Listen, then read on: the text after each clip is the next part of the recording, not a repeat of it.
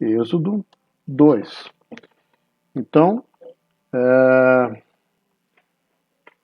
nós vamos falar um pouquinho sobre a vida de Moisés, tá?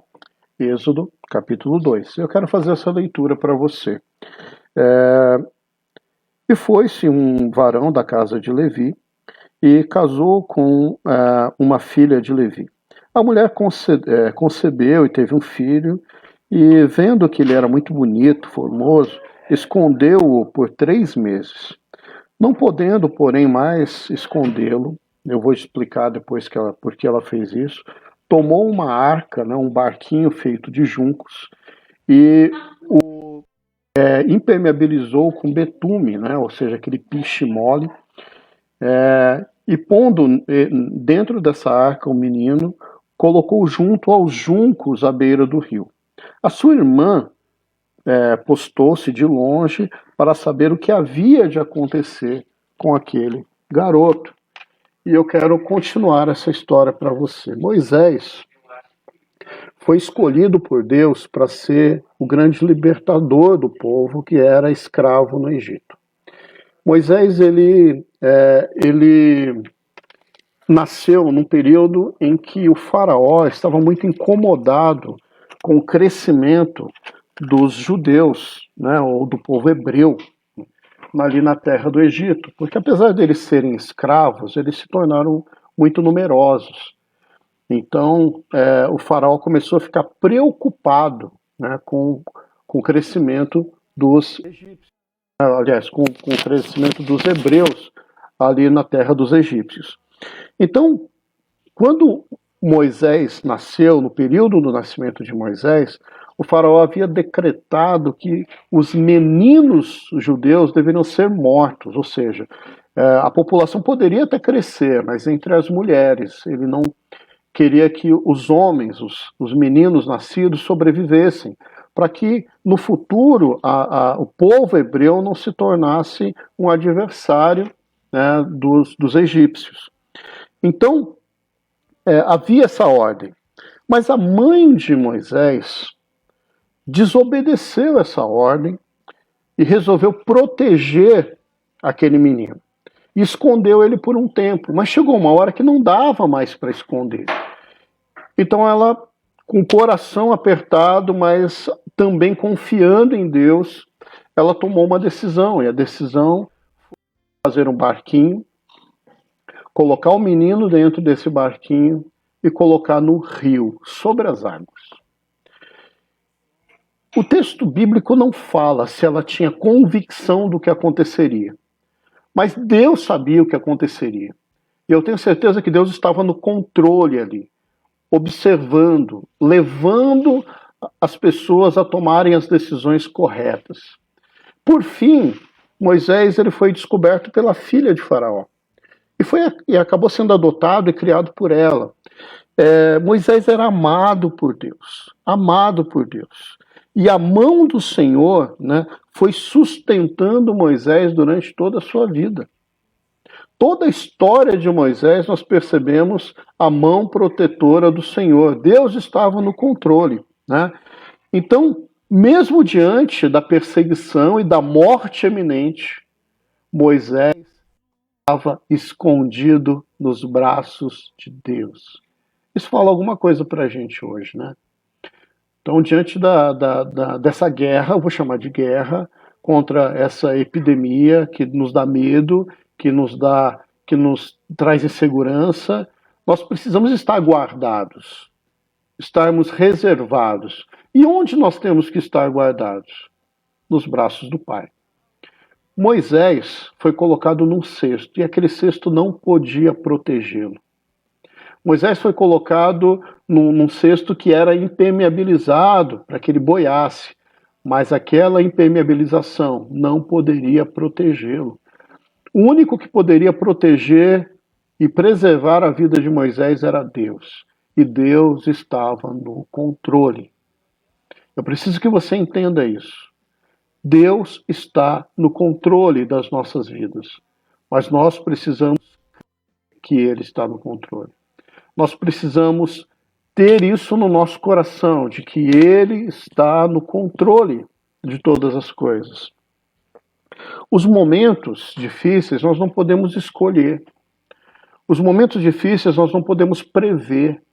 Os momentos difíceis, eles parecem muitas vezes sem saída. E eles vêm de fora para dentro e atrapalham toda a nossa vida. Eu tenho certeza que nenhum governante do mundo se preparou para enfrentar uma pandemia. Eu tenho certeza que nenhum economista do mundo fez reservas pensando que poderia haver uma quarentena de 2 meses, de 3 meses. Eu tenho certeza que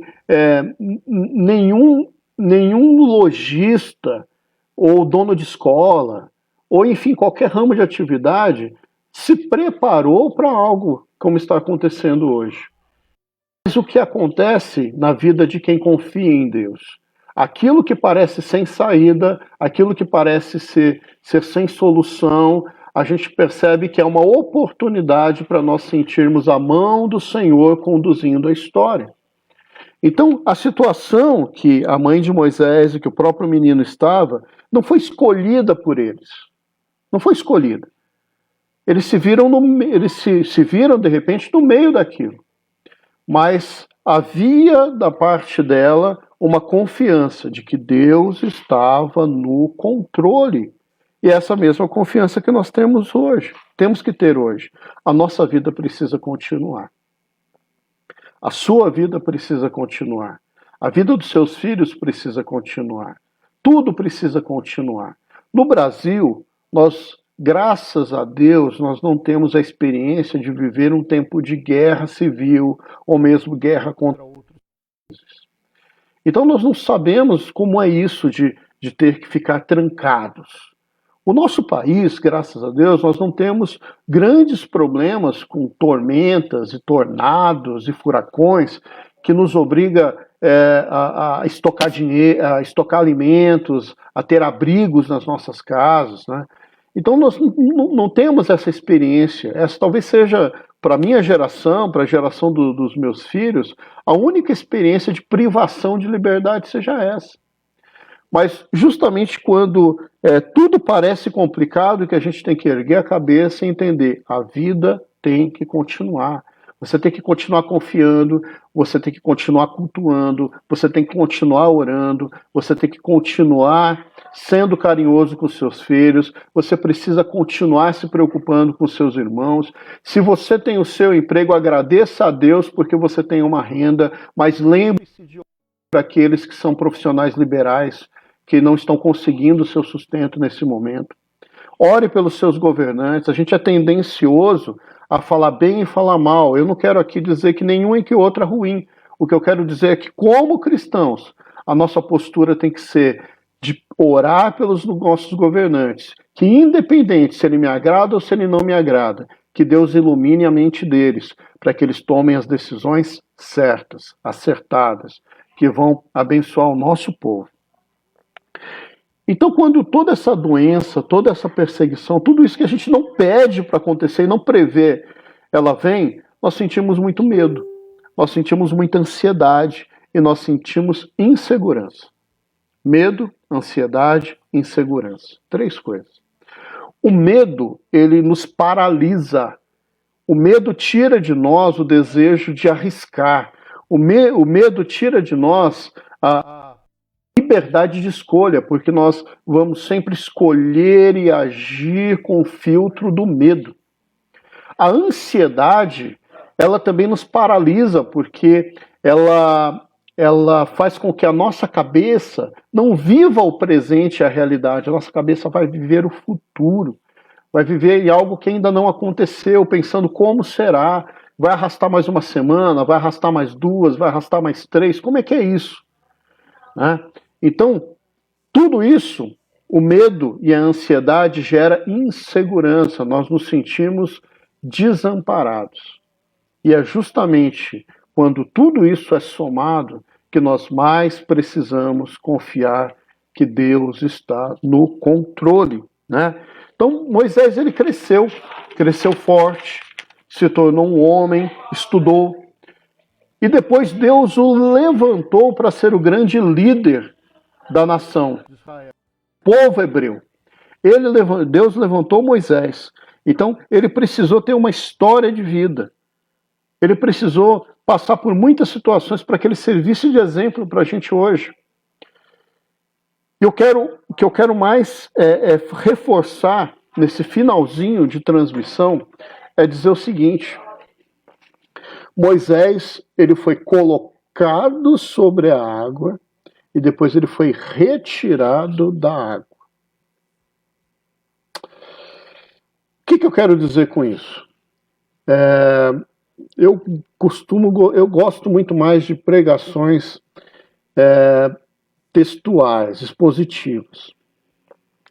Mas muitas vezes as histórias bíblicas nos inspiram a pensar, a refletir sobre algumas coisas.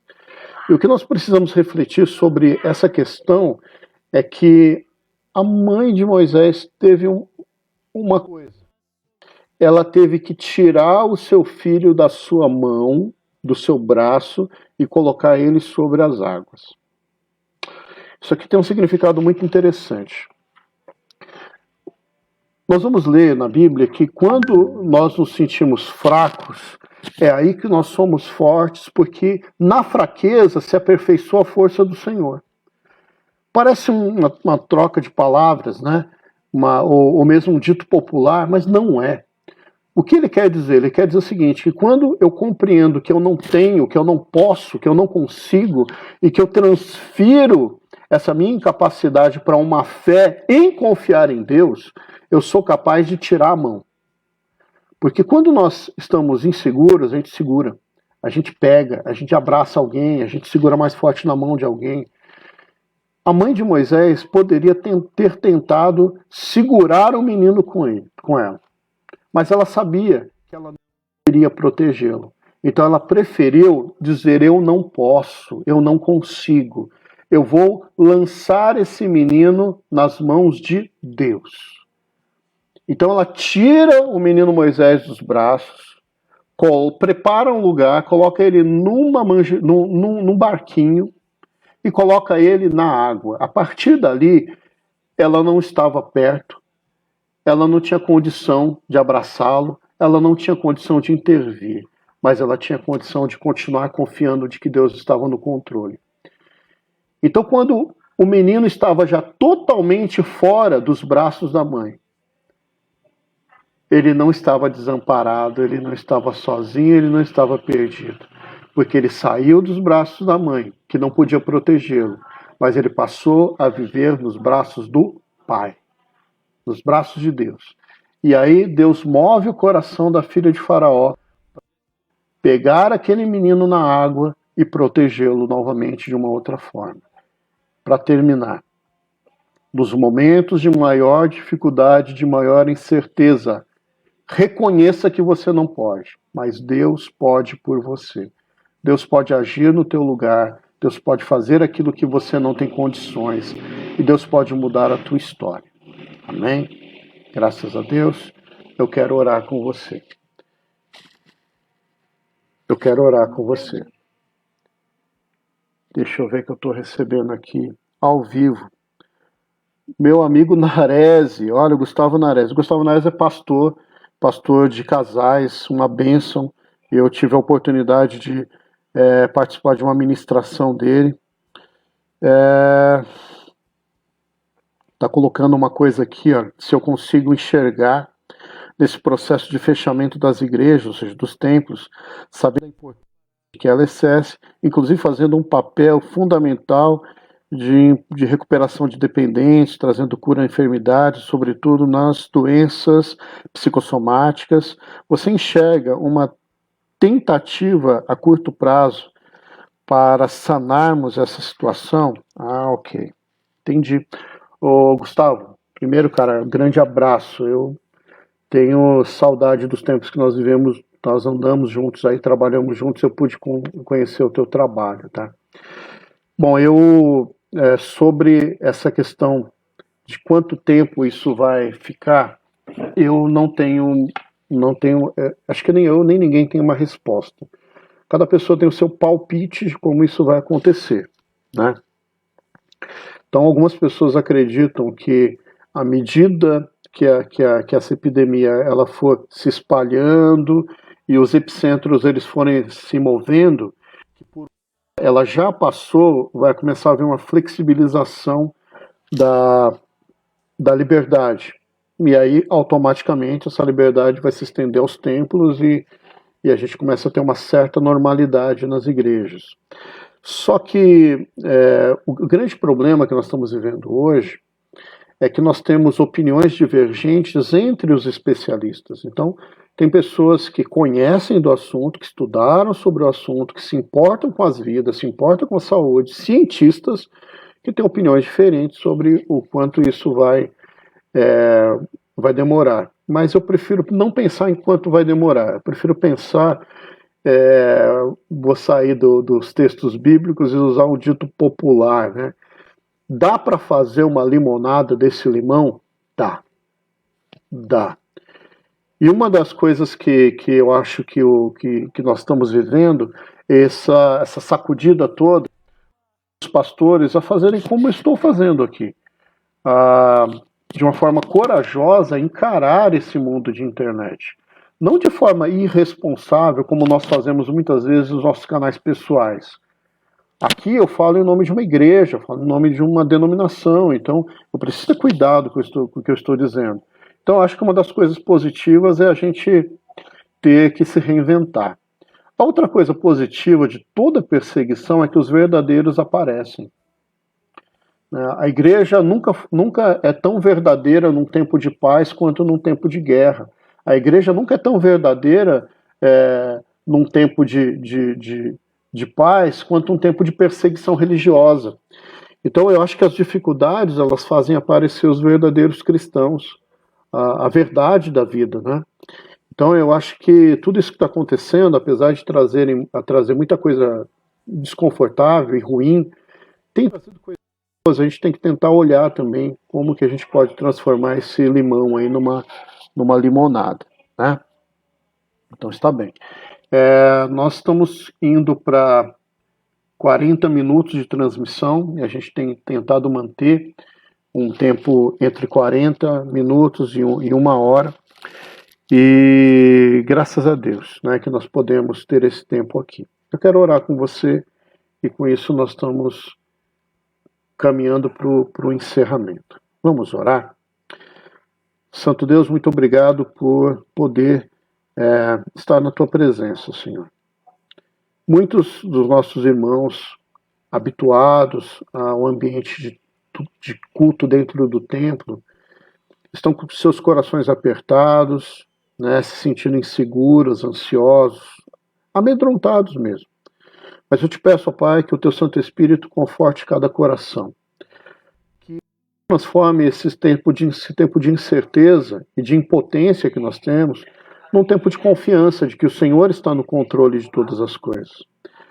Conforta os nossos corações, cuida das nossas vidas, cuida dos nossos idosos, cuida, Pai, daqueles que têm maior dificuldade, né, que têm menos imunidade, que já têm doenças pré-existentes. Ó Pai querido, eu te peço que o Senhor nos ajude a continuar a nossa vida e não olhar para o problema, mas vamos olhar para Cristo, vamos olhar para o Senhor, para que o Senhor nos mostre as estratégias certas e a maneira certa de viver e de conduzir as nossas vidas nesse tempo difícil. Em nome de Jesus nós oramos. Amém? Amém. Nosso próximo encontro é domingo, às 6 horas da tarde, e nessa transmissão de domingo nós vamos ter a participação ao vivo de alguns irmãos aqui. Então, se você puder, compartilhe, convide outras pessoas, e nós estaremos juntos cultuando ao Pai no próximo domingo, às 18 horas. Então, que Deus possa nos abençoar, que Deus ele possa fazer com que a gente passe por isso, mas passe de uma forma positiva, aprendendo a viver e aprendendo a demonstrar que Deus é verdadeiro em nós, Ele não é verdadeiro dentro de um templo. Que Deus abençoe a sua vida, Fique com Deus e a gente está sempre à disposição. Pode ligar, pode falar conosco e a gente está aqui para poder auxiliar a todos da melhor maneira possível. Que Deus nos abençoe a todos.